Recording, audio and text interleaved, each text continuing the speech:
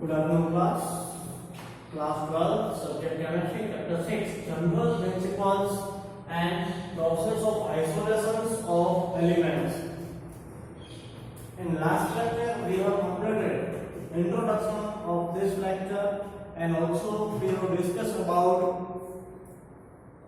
minerals of elements like aluminium, zinc, copper and iron.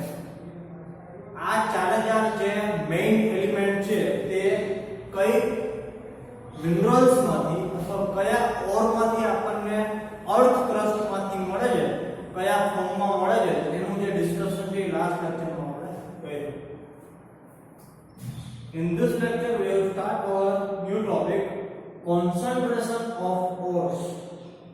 Removal of the unwanted materials like sand, clays from the ores is known as concentration. તો એક વસ્તુ ધ્યાનમાં રાખજો કે અર્થ crust માંથી તમને જે પણ મિનરલ્સ એલિમેન્ટ વાળી મળી આવે છે એની અંદર અનવોન્ટેડ મટીરીયલ્સ જેને આપણે ઇમ્પ્યોરિટીઝ કહીએ તે પણ પ્રેઝન્ટ હોય છે, લાઈક સેન્ડ, ક્લે, પછી જે મેઇન એલિમેન્ટ હોય એની સાથે બીજા મેટલના પણ સ્મોલ પ્રોપોર્શનના એલિમેન્ટ પ્રેઝન્ટ હોય છે. Before proceeding for concentration, ores are graded and crushed to reasonable size. એટલે કે જ્યારે પણ આ પ્રોસેસ સ્ટાર્ટ કરવામાં આવે, like hydrolysis washing, magnetic separation અને ફ્લોરેશન મેથડ, એની પહેલા જે અર્થ ક્રસ્ટમાંથી મળેલી મિનરલ્સ છે, ઓર છે, એને ગ્રાઉન્ડેડ એટલે કહેવાનો મતલબ કે એના સ્મોલ સાઇઝમાં કન્વર્ટ કરવામાં આવે છે. બરોબર. Concentration of ores involves several steps. Selection of these steps depend upon the difference in physical property of the compound of the metal present and that of the gangue. હવે આ ત્રણમાંથી કઈ process apply કરવી તો એના માટે જેના ઉપર ડિપેન્ડ છે તો જે ટાઈપની ઇમ્પ્યોરિટીઝ અથવા તો ગેંગ મીન્સ ઇમ્પ્યોરિટીઝ એની અંદર પ્રેઝન્ટ હશે એના ઉપર આ જે ત્રણમાંથી કઈ પ્રોસેસ એપ્લાય કરવામાં આવશે. The type of the material, the available facility and the environmental factors are also taken into consideration. કેવાની ગેંગ નહીં, ફક્ત ઇમ્પ્યોરિટીઝ નહીં પણ એની ડેન્સિટી અથવા તો જે એન્વાયરમેન્ટલ ફેક્ટર છે એને પણ ધ્યાનમાં લેવું પડે છે. Some of the important procedure for concentration of ore are described below. First process is a hydraulic washing. હવે એક વસ્તુ તમે ધ્યાનમાં રાખજો કે હાઇડ્રોલિક વોશિંગ ની અંદર જે મિનરલ્સ ની અંદર મેઇન એલિમેન્ટ અને ઇમ્પ્યોરિટી ની ડેન્સિટી વચ્ચે બહુ ડિફરન્સ હશે એની અંદર હાઇડ્રોલિક જે વોશિંગ છે એ એપ્લાય કરવામાં આવે છે. and it is totally depend on density of minerals, density of ores and density of impurities.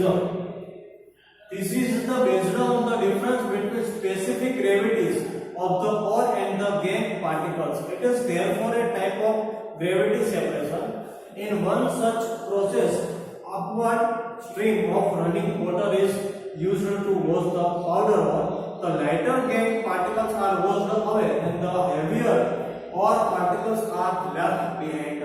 હવે તમે આયરન હોય એની ડેન્સિટી અથવા જે માસ હોય કેટલું હોય એનું માસ વધારે હોય એટલે એની ડેન્સિટી પણ હાઈ હોય અને એની સાથે સેન્ડ અથવા બીજી ક્લે હશે. જો આયરન અને સેન્ડ અને ક્લે હોટ ક્રસ્ટમાંથી કાઢવામાં આવે ને એટલે બેનો કલર સેમ હોય બટ એની ડેન્સિટી ઉપરથી ખ્યાલ આવે કે આયરન છે એનું માસ વધારે છે અને જે ક્લે અથવા સેન્ડ હશે એનું માસ ઓછું છે. બરોબર. હવે આ ટાઈપની જે વધારે હેવીયર માસ વાળી જે પણ એલિમેન્ટ હશે એની અંદર રહેલી ગેંગ એટલે ઇમ્પ્યોરિટીઝ હશે એના ઉપર વોટરનો ફ્લો પાસ કરવામાં આવે છે.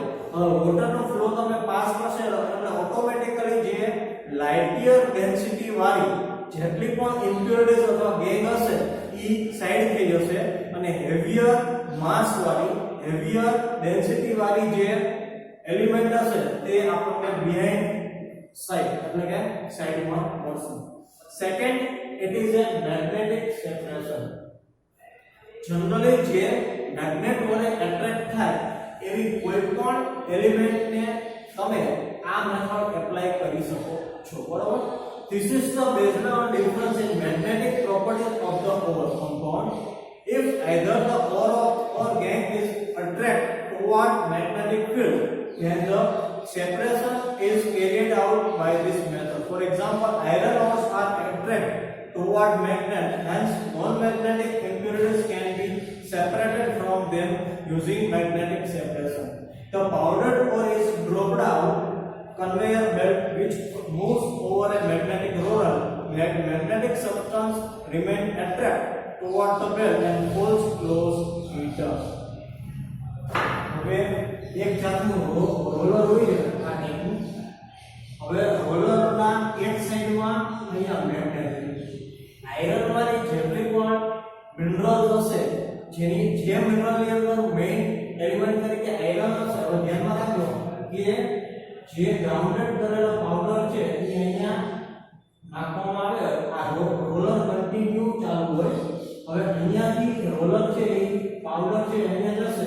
હવે તમને ખબર છે કે મેગ્નેટ છે શું પ્રોડ્યુસ કરે? Magnetic field. એટલે આનું જે મેગ્નેટિક ફિલ્ડ હશે એ અહીંયા સુધીનું હશે. હવે જે પણ ગ્રાઉન્ડેડ પાવડર છે, હવે એની અંદર રહેલી જે આયરનની મેઇન એલિમેન્ટ છે તે મેગ્નેટ વડે એટ્રેક્ટ થશે. એટલે કે મેગ્નેટિક પ્રોપર્ટી જેની અંદર હશે તે બધી મેગ્નેટ વડે એટ્રેક્ટ થઈ અને જ્યાં સુધી મેગ્નેટિક ફિલ્ડ હશે ત્યાં સુધી તે પોતે શું કરશે? તો એટ્રેક્ટ થઈ જશે. જેવું મેગ્નેટિક ફિલ્ડ ઓવર થયું એટલે તરત જ અહીંયા જે બધી જે કમ્પાઉન્ડ એલિમેન્ટ છે એ અહીંયા શું થશે? તો ડિપોઝિટ થશે. અને જેટલી પણ નોન મેગ્નેટિક ઇમ્પ્યુરિટીઝ હશે તો મેગ્નેટ વડે એટ્રેક્ટ ન થતી હોવાને લીધે તે દૂરની સાઈડ પડશે. એટલે ખ્યાલ આવ્યો કે જે પણ મેગ્નેટિક પ્રોપર્ટી વાળી એલિમેન્ટ હોય એની અંદર આ જે મેથડ છે તે એપ્લાય કરી શકાય છે. And last, flotation method. ખાસ કરીને સલ્ફાઇડ વાળી જેટલી પણ ઇમ્પ્યુરિટીઝ હોય એને રિમૂવ કરવા માટે આ ટાઈપની જે થર્ડ મેથડ છે ફ્લોટેશન મેથડ એ એપ્લાય કરવામાં આવે છે, બરાબર? ફર્સ્ટ ઓફ ઓલ એક વસ્તુ ધ્યાનમાં રાખો કે એક બીકરની અંદર water plus fine oil plus cresol જો યુઝ ના કરવું હોય તો એક બીજું તમને લિક્વિડ આપેલું છે એનિલિન પ્લસ ઓર સલ્ફાઇડ ઓર, બરાબર? આટલી વસ્તુ છે એ તમારે આની અંદર એડ કરવાની છે. હવે જે મિનરલ્સ ની અંદર સલ્ફાઇડ વાળી ઇમ્પ્યુરિટીઝ પ્રેઝન્ટ હશે, સલ્ફાઇડ વાળી જે પણ ઓર હશે, એક વસ્તુ ધ્યાનમાં રાખજો. ફર્સ્ટ ઓફ ઓલ અહીં આ જે બીકર છે એની અંદર પાણી ભરવાનું, એના પછી જે ઓર છે સલ્ફાઇડ વાળી તે એડ કરવાની, બરોબર? એના પછી એની અંદર પાઇન ઓઇલ છે તે એડ કરવાનું, બરોબર? અને લાસ્ટમાં ક્રેસોલ અને એનિલિન અથવા તો એનિલિન છે તે એડ કરવાનું. એના પછી શું કરવાનું? એક ટાઈપનું પાઇપ છે, બરોબર, કે જે કન્ટિન્યુ એર છે ને એ બીકરની અંદર પાસ કરે છે. હવે એક ટાઈપનો ઓપોઝિટ ટી વાળો એક પાઇપ કે અહીંયાથી કન્ટિન્યુ ઓક્સિજન જે એર છે એ શું કરે છે? તો ફ્લો કરે છે, પાસ કરે છે. હવે વોટરની અંદર એક વસ્તુ ધ્યાનમાં રાખજો, આપણે એડ કરેલું છે એનિલિન અથવા ક્રેસોલ. એની પ્રોપર્ટી શું છે? એ પોતે છે ને ફ્લોથ જે ફીડ છે ને એ પ્રોડ્યુસ કરે છે. એક વસ્તુ ધ્યાનમાં રાખજો કે આપણે જે ઓરસ સલ્ફેટ વાળી નાખેલી છે એની અંદર જે એલિમેન્ટ હશે તો તે પાઇન ઓઇલ થી શું થાય છે? તો જઈ The mineral particles becomes wet by oil while the gangue particles by water. Wet એટલે ભીંજવ જે પાઇન ઓઇલ થી ગેંગ ની અંદર રહેલી જેટલી મેઇન એલિમેન્ટ હશે એ શું થશે વેટ થશે અને વોટર થી જે ઇમ્પ્યોરિટીઝ હશે લાઈક સેન્ડ ક્લે એ બધી પાણી થી શું થશે વેટ થશે બરાબર હવે પાઇન ઓઇલ થી ઓલરેડી પોતે શું થઈ જાય તો વેટ થઈ જાય હવે ઓર્થો ગ્રેસ્ફોલ છે અથવા એનિલિન છે હવે અંદર કન્ટિન્યુ આપણે એર પાસ કરશું તો એ ફ્લો કરશે અને પાઇન ઓઇલ વાળી જે એલિમેન્ટ છે એ ફ્લોથ ની સાથે ઉપર આવશે અને ઉપર આવશે પછી તમારે શું કરવાનું જે પણ ફ્લો થશે એને કાઢી લેવાનું એના પછી હીટ કરવાનું એટલે ઓટોમેટિક એની અંદરથી જે પણ વેપર હશે તે ઉડી જશે અને લાસ્ટમાં જે એલિમેન્ટ છે તે આપણને મળી જશે એટલે આની પ્રોસેસ થી ખાસ કરીને સલ્ફાઇડ વાળી જેટલી પણ એલિમેન્ટ હશે એની અંદર આ પ્રોસેસ છે એપ્લાય કરવામાં આવે છે This method is used for removing gangue from sulfide porous. In this process a suspension of powder ore is made with water. Collectors and froth stabilizer are added it. Collector એટલે જે element ને wet કરે અને froth stabiliser એટલે જે froth produce કરે તેવા pine oil fatty acid and xanthate etc enhance non wettability of the minerals particles and froth stabilizer like cresol aniline stabilizer the froth. The mineral particles becomes wet by oil while the gangue particles by water. A rotating pedal against the mixture and the raw air in it. As a result, froth is formed which carries the minerals particles. The fourth light and stem off. It is then dried off for recovery of the ore particles. Sometimes it is possible to separate two sulfide ore by adjusting proportion of oil and water by using depresentum. For example, in the case of zinc sulfide and lead sulfide. હવે ઘણીવાર બે sulphide વાળી element present હોય ત્યારે આ situation create થાય કેમ કે આ પ્રોસેસ કમ્પલસરી સલ્ફાઇડ વાળી જે ઇમ્પ્યોરિટીઝ હોય એને રિમૂવ કરવા માટે છે but here lead sulfide and zinc sulfide both impurities present here. આ બે ટાઈપની જ્યારે ઇમ્પ્યોરિટીઝ હોય ત્યારે ખાસ ધ્યાન રાખવાનું છે કે the depresent used sodium cyanide.